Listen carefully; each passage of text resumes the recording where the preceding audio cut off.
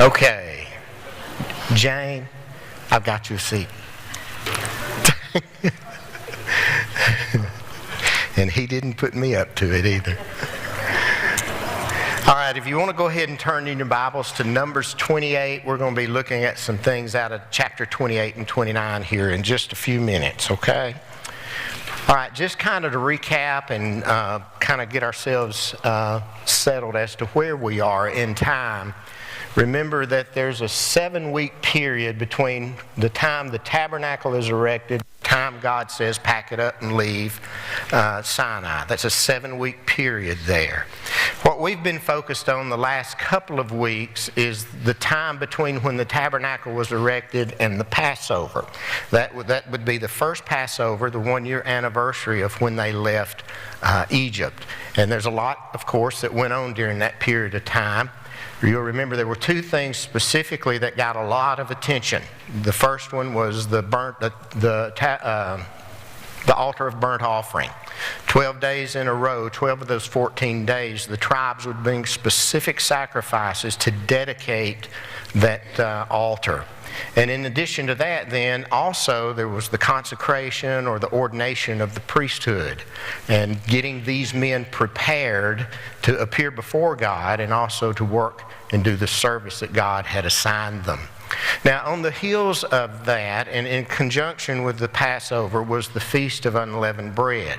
That would last 7 days. It would begin in concert with Passover.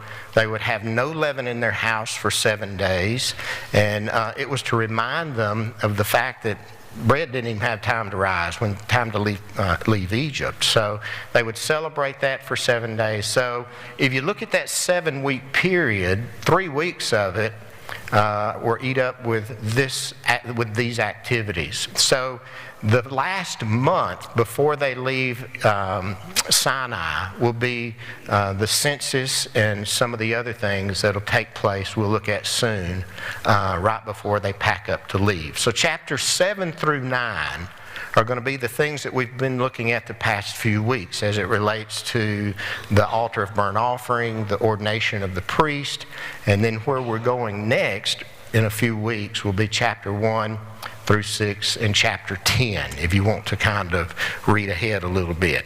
So you say, where are we going next? Okay?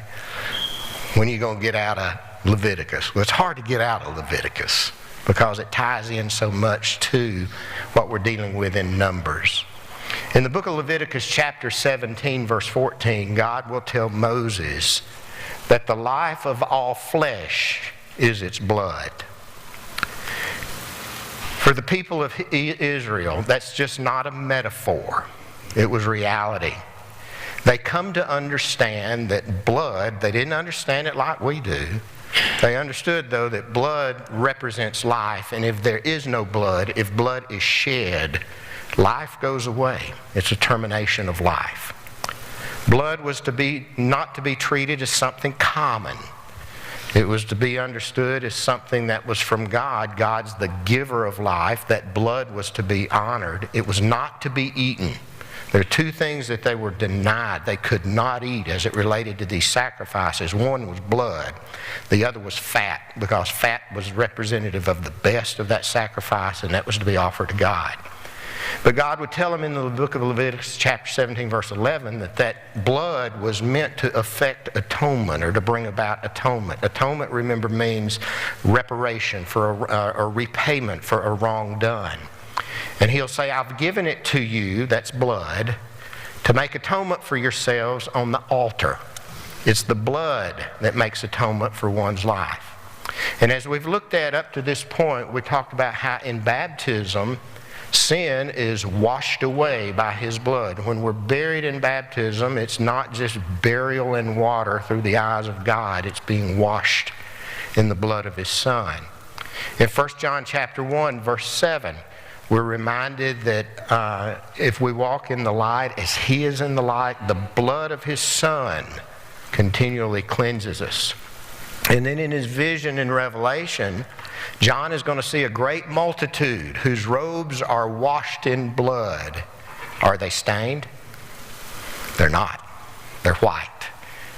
They're white because they've been washed in the blood of the Lamb. Now, one of the things to me that's kind of difficult sometimes in making this stuff make sense to us is we can't sometimes wrap our minds around these sacrifices. And as I was sitting around reading through this week, I thought, what can we do to kind of make a point as to just how grotesque and what all went on with this? Because this is just not something we can fathom. And I thought, what about the shedding of blood? You know, if we talk about blood volume, the amount of blood we have circulating through us, any of us at any given moment, 1.5 gallons of blood, okay? Now, let's think about this in the context of these sacrifices. A bull has about 10 gallons of blood. A lamb or a sheep, ram, on average about 1.5 gallons like us, and a goat about 1 gallon. Okay? Now, why does that matter? We've talked a lot about this altar of burnt offering. Okay, and I want you to go to Numbers chapter 28, and let's look at some things here, and let's think about it in the context of all the blood that had to be shed. Okay? All the blood that had to be shed. Now, it's going to talk about 2 sacrifices, the burnt offering and the sin offering. It'll also mention in there the grain and the drink offering, but the 2 blood sacrifices are going to be the burnt offering and the sin offering. With the burnt offering, remember, they would bring that offering, they would slay it, they would gut it, they would skin it, they would dismember it. The priest would wash the entrails, the legs, and then they would place it on the altar to be burned. Everything would be burned up with the exception of the hide. With the sin offering, they would bring it, they would slay it, the fat would be cut out, that would be put on the altar, burned up as a sacrifice to God, and the rest of it would be taken outside the camp and burned. How much of it did they get to eat? They get to smell that stuff, but they don't get a bite of it. Now I want you to think about this as we go through here and read some of this. We've got hunters in here, right? I know we do. We've got a lot of them, okay? When you're up in your stand and you shoot with a bow or shoot with a gun, usually you're going to go and trail that doe, that buck, or whatever it is you shoot, and by the time you get to it, is it generally dead? A lot of times it is. The animals that are going to be brought here are not dead. Okay, keep that in mind. Because some of the stuff that's going to have to go on here, we see these pictures of the priest. We see these pictures of the altar. It's all pretty and clean. This was a messy job. It's a hard job.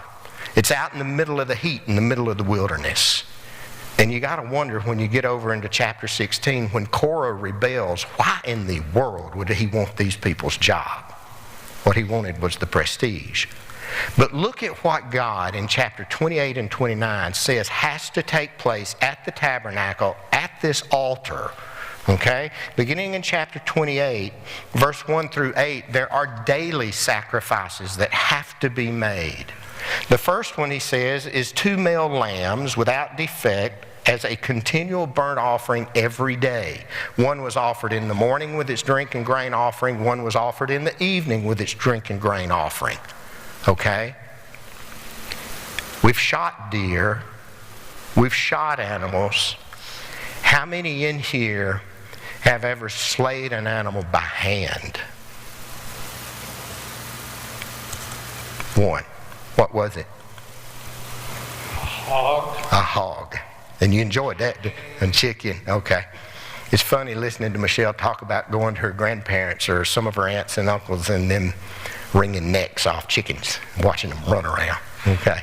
What we're dealing with here, though, these animals, these lambs, if you look at when these things are generally gone to the slaughter nowadays, it's usually about age 6-8 months. And some of them weigh 100 pounds. So you've got to take that animal, you've got to bind that animal, and you've got to kill that animal. Now, I would not show it in here, But there are ways that this is shown. This is still done in some cultures. And they show how this is done, and it's done in a way that will quickly slay the animal as humanely as it can. It's a sharp shot, it's a cut down, and with that comes noise. The cut back up cuts that out. And then the third cut, there's blood. And if you've ever had a bad cut, you've cut an artery, what's happening with the blood? It's everywhere. It goes everywhere. So, if we go back to our table and think about, okay, a sheep or a lamb, 1.5 gallons of blood, how much blood is being shed at that altar every day? 3 gallons of blood. Okay? 3 gallons. Now, let's go to Saturday, Sabbath day, verse 9 and 10. On the Sabbath, 2 male lambs, 1 year old without defect, with their grain and drink offering are to be offered. At the end of verse 10, it says, in addition to the daily offerings, which are the ones we just talked about. So now we've gone on Saturday, you got 4 of these. You got to slay them, you got to skin them, you got to dismember them, they've got to be washed, and they got to be laid up on that altar and burned. How many gallons of blood we up to? 6. Go ahead now to verse 11. On verse 11, at the beginning of every month, look at what has to be done. 2 bulls, 1 ram, 7 male lambs with their grain and drink offering, in addition to, verse 15, a goat, and in addition to your daily offerings. How much does a normal bull weigh? Anywhere from 1,000 to 2,000 pounds. Let's say one's 1,500 pounds. Anybody ever wrestled one of them jokers to the ground? This wasn't an easy job. It was a nasty job. It was a messy job. So let's calculate the amount of blood that would be shed every first day of the week. I've got it figured out here, 33 gallons. Do you think they're staying white and clean? No wonder God made them wash every time they came into the tabernacle. They're covered with blood. Blood's all over them, blood's all over the place. And you got to wonder, where did it all go? Here's another one. Go to look at verse 16. In verse 16, it's a similar sacrifice. This was on the Passover. So you've got, let's see, in verse 19, 2 bulls, a ram, 7 male lambs with their grain offering and drink offering. Verse 22, a goat offering. Verse 23, that's besides the other 2 normal male lambs that you offered morning and evening. So you're, again, 33 or so gallons of blood being shed. But what else is going on Passover? Where else is blood being shed? Remember, on the 10th day of the month, you were to take a lamb. You were to save it until the 14th day of the month. And what happens on the 14th day of the month? You slay that lamb. Dwayne's going to talk about the full moon today. The full moon, you'll be able to see what's going on in Jerusalem. You ever think about this? You think about all the noise that went on in Jerusalem when those lambs were being slain. But think about all the smoke that was ascending when those Passover lambs were being slain. You would have seen it because it was the full moon. So there's blood everywhere. There's blood. These were things that had to be done at the tabernacle. These were things that had to be done, and they were done in their homes individually. Now, we get into chapter 28, verse 26. 50 days later from Passover, where are you? Feast of Harvest, or Feast of Ingathering. That's Pentecost. Same kind of thing. Move ahead into chapter 29. Chapter 29 starts talking about the 7th month. The 7th month was really busy. They would have all these offerings that they would offer on the first day of the month. They'd come together, blow horns, and then they would sacrifice these offerings. The 16th day of the month was the Day of Atonement, verse 7. And then look at verse 12. This is fascinating. In verse 12, you're going to start what is called the Feast of Booths, the Feast of Tabernacles. On the 15th day of the 7th month, you'll have a holy convocation. You'll do no laborious work, and you shall observe a feast to the Lord for 7 days. And look in verse 13 at the offerings that take place on day 1.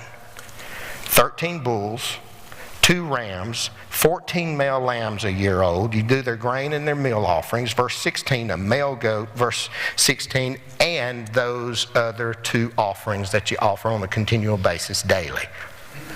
You want to guess how many gallons of blood was shed on that day? 157. Now you think about when we stack our backpacks up here. You stack up 157 gallons of blood one day. On one day. Now, each day of that feast, it would drop by 1 bull. But there were literally rivers of blood all over that wilderness where these people went. Now, what's interesting is if you look at the very end in chapter 29, verse 39, it says, you shall present these to the Lord at your appointed times besides your votive offerings, free will offerings, burnt offerings, grain offerings, drink offerings, for peace offerings. These were things that were to take place at the tabernacle in addition to everything that's going to be coming to the tabernacle. So you got a couple million people out there in the wilderness. They're lined up around the corner bringing their sacrifice too. So you see constantly there was blood being shed. And the first thing you think about when they focused on this, God wanted them to understand that this was about death. When they saw the altar, it was about death. When they saw the priest, it was about death. Because, ladies, is it easy to get bloodstains out of clothing? It's not. Okay? These guys were stained. They were covered with blood from head to toe. And this all points ahead, though, to the altar we talked about last week, the altar of the cross. The altar of the cross where Christ was offered. And the focus for them when they saw these things was death. The focus for us when we see it should be life. In the book of Hebrews, the writer is going to say, by one offering, he's perfected for all time those who are being sanctified. Look at that. One offering compared to all that had to be done for all those years. And it didn't even begin to touch it. But with the sacrifice of Jesus, we see the power of his blood in that only one time did his sacrifice have to be offered to take care of what those old sacrifices could begin to touch. Yes, sir. Blood stinks, doesn't it? It stinks, yeah. We can get real gross. Along with the other. Yeah. Paul, you've dressed deer in the wild. What do you have to do when you gut them? You have to be very careful, don't you? If you burst a bladder, if you burst an intestine, what's it do to the meat? Just leave it. It's not worth eating. Got to bleed it. Yeah, got to do all that. So it's not just, you got to bleed it. You got to gut it. You got to get all of that. It's not an easy job. Can you imagine doing 13 bulls? Can you imagine trying to wrestle those things to the ground, skin them, blood them, cut the entrails out, wash them, dismember them, put them on the altar, and sacrifice it to God? Not a job I'd want. Not a job I'd want. And part of it, I think, points ahead, too, to the fact that what Jesus did, it was not an easy job. The high priesthood that Jesus came to fulfill and show what God intended for it to be, it was hard work. It was very difficult work. Okay. So, let's see what we got up here next. We're going to go back to Numbers chapter 9. We introduced this last week. I wanted to build on this and create and maybe a couple of ideas. Did that gallon of blood make sense?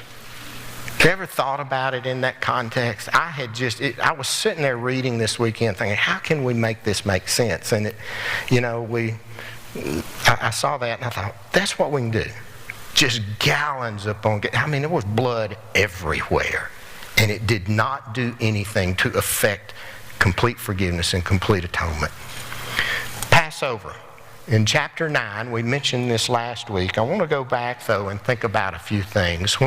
In chapter 28 of the Passover, when it's talking about the Passover and these sacrifices, in chapter 28, verse 16, it says, on the 14th day of the first month, it will be the Lord's Passover. It's God's. In chapter 12 of Exodus, when it's introduced, God's going to tell Moses, it is a night to be observed for the Lord. And what's to be remembered is it's what he did when he brought them out of the land of Egypt, or out of the land of slavery. What was the focus of Passover? Was it them or God? It was God. It was what God had done to deliver them from slavery. He says in Exodus chapter 12, this is the ordinance of Passover. If it's God's, he has the right to set the rules and say, here's the way we're going to celebrate it. Here's the way it's going to be done. And if you'll remember, they were to eat that food with their robes tucked in, with their shoes on, a staff in their hand. They were to eat it with bitter herbs and unleavened bread, ready to take off and roll, ready to go, ready to eat. They were to eat it in haste. Okay, so it's the ordinance of the Passover. The rules were set by God. And then it was for the entire congregation of Israel to celebrate. That was God's intention. Now, we introduced this last week, and Moses has a situation come up. He had a situation where there was a man who was off and touched something dead.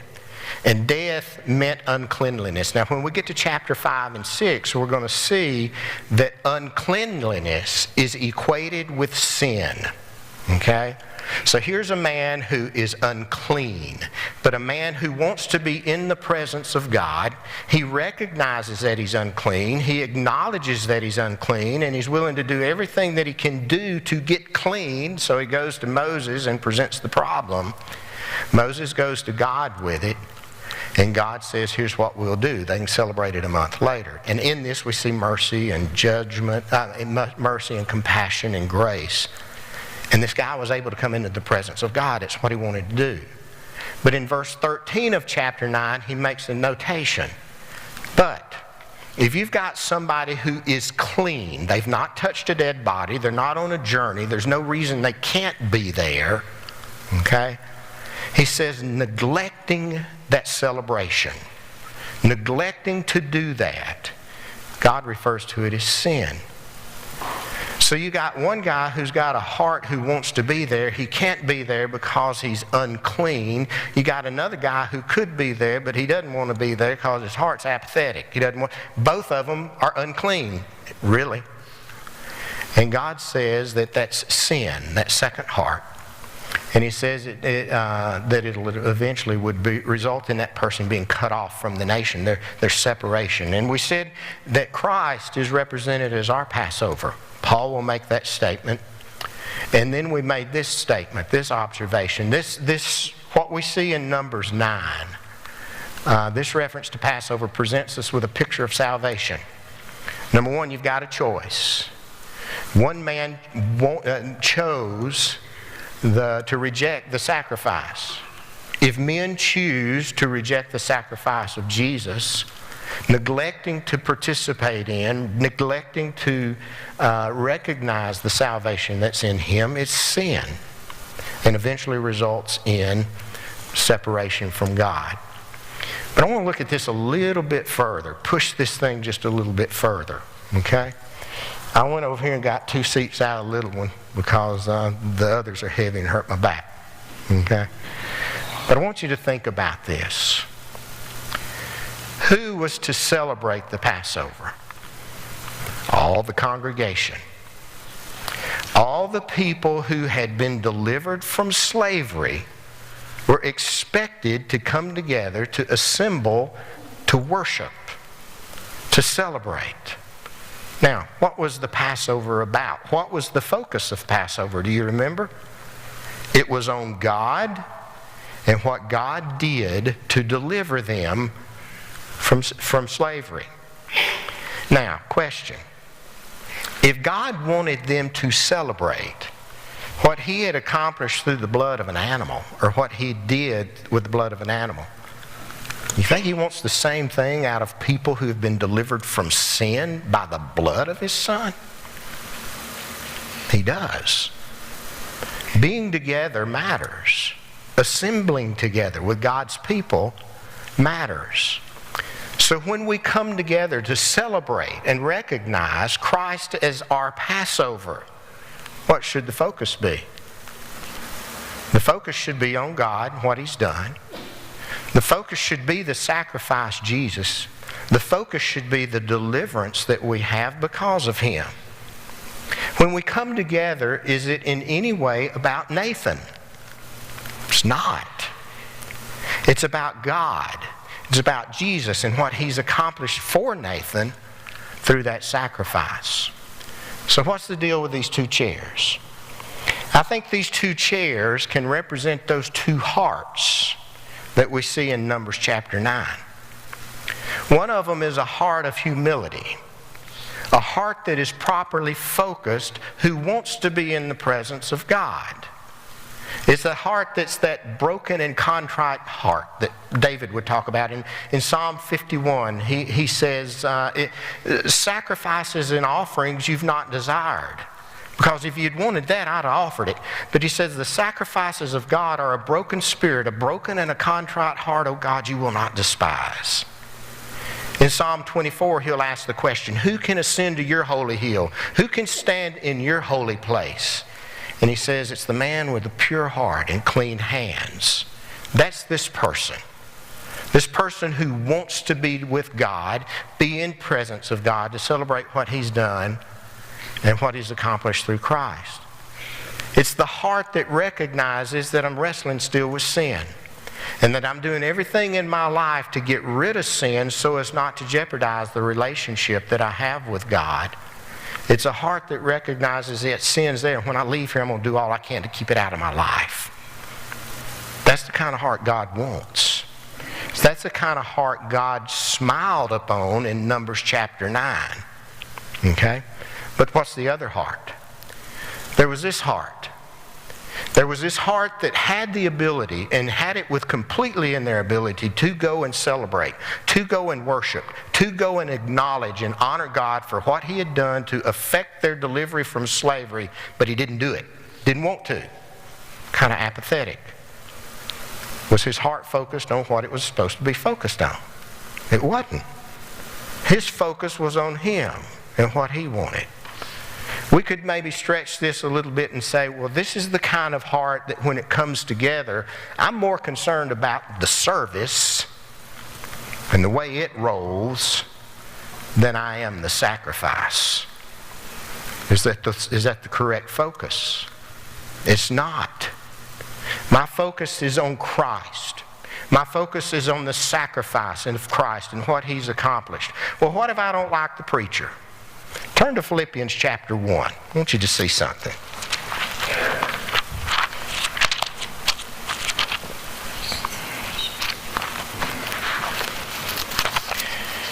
Paul's in prison.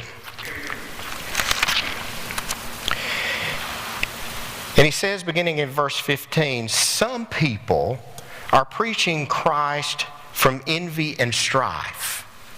And some are preaching Him from what? Goodwill. So you got two preachers here, two people. One of them's got pure motives, one of them don't. Okay? He says the latter do it out of love. The former, verse 17, proclaim Christ out of selfish ambition rather than pure motives, thinking to cause me distress in my imprisonment. He's got one with pure motives and one that's got impure motives. And what does he say in verse 18? What do I feel? The only thing that mattered to him was what? That Christ was what? Being preached. Christ was proclaimed. Now, if Paul says that about two people one has pure motives and one don't have pure motives. And let's say you've got two men who have pure motives, but you just don't like the way he teaches. You just don't like the way the song leader goes. You just don't like the way the Bible class goes. Which seat am I in? Which seat do I fill? And none of us are exempt from this. Every one of us can get into that camp where it's not giving me what I want it to give me. I'm not getting out of it what I need it to give me. The focus has never, from the beginning, been on me. It's about God. It's about Jesus. It's about what He's accomplished. If there is a man or a woman teaching the Word of God and I have a problem with it, it's not the messenger and it's not the message, it's the listener. It's me. I ought to be able to read the Bible and just be well up in emotions there. It shouldn't take a man or a service or a program to jack me up, jazz me up, and get me ready to go out. We're here to encourage one another, motivate one another, but the source of it goes right back to the same place. It's the Word. It's what's taught in the Word. Now, so the question is, which of these chairs am I in? The one that wants to worship, the one that's focused on God, or the one that's focused on Nathan and what Nathan wants and what Nathan wants to get out of it? Now, from the very beginning, what kind of time we got? We moving along? Okay, we're going to move through this pretty quick. We'll go here in a few weeks. Okay? From the very beginning, this is back to chapter 1. Chapter 1, God's going to say, number the men who are over the age of 20 who can go to war. Chapter 2, He's going to say, number the Levites who are over the age of 1 month. Chapter 3, He's going to say, number the firstborn who are over 1 month. Chapter 4, He's going to say, number the Levites who are between the ages of 30 and 50. So there's a lot of counting, a lot of numbering going on. But I want you to look at this at the arrangement of the camp. That first numbering, okay, we've got, remember, 603,550. Those men and their families, God would arrange the tribes in groups of 3 around the tabernacle.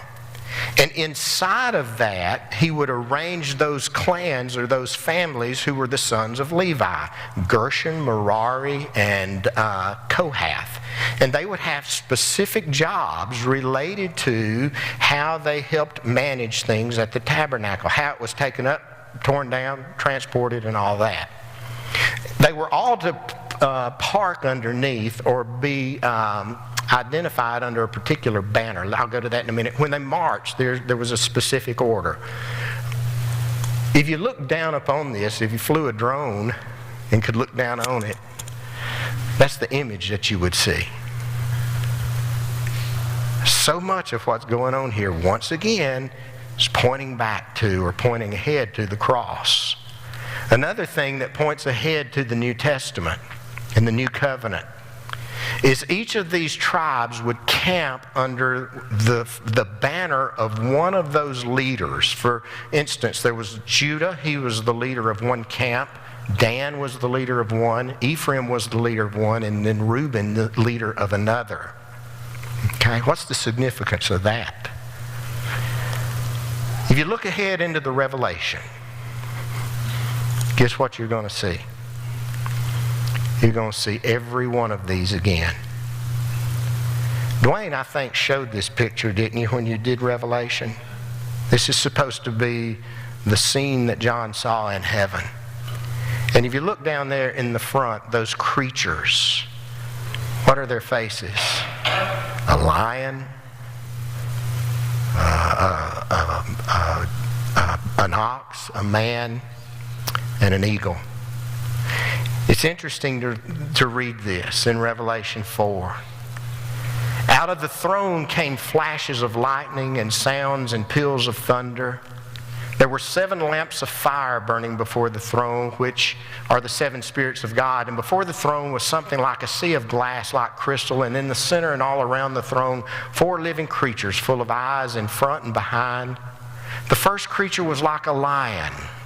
The second creature like a calf. The third creature had the face like a man. The fourth creature like a flying eagle. And the four living creatures, each of them with 6 wings, full of eyes around and within, day and night, did not cease to say, Holy, holy, holy is the Lord God Almighty, who was, who is, and who is to come.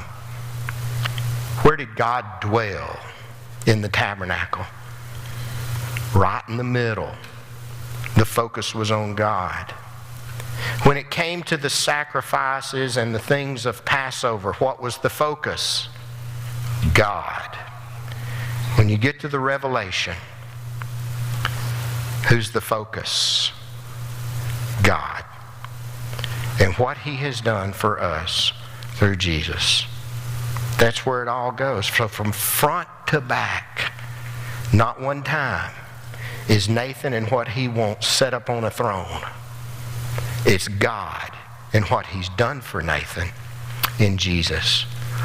We're going to finish this. There's a song, I'm sure some of you know it, and a beautiful song, but it centers around this idea of what's going on around the throne of God in Revelation. So we'll play that, and at the end of this, we will be dismissed.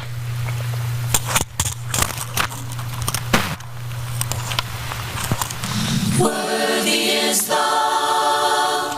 Lamb who was slain. Holy, holy is He. Sing a new song to Him who sits on heaven's mercy seat. Worthy is the slain. Holy, holy is He.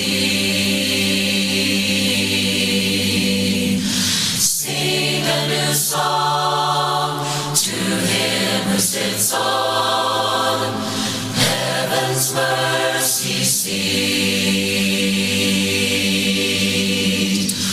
Holy, holy, holy is the Lord God Almighty, who was and is to come.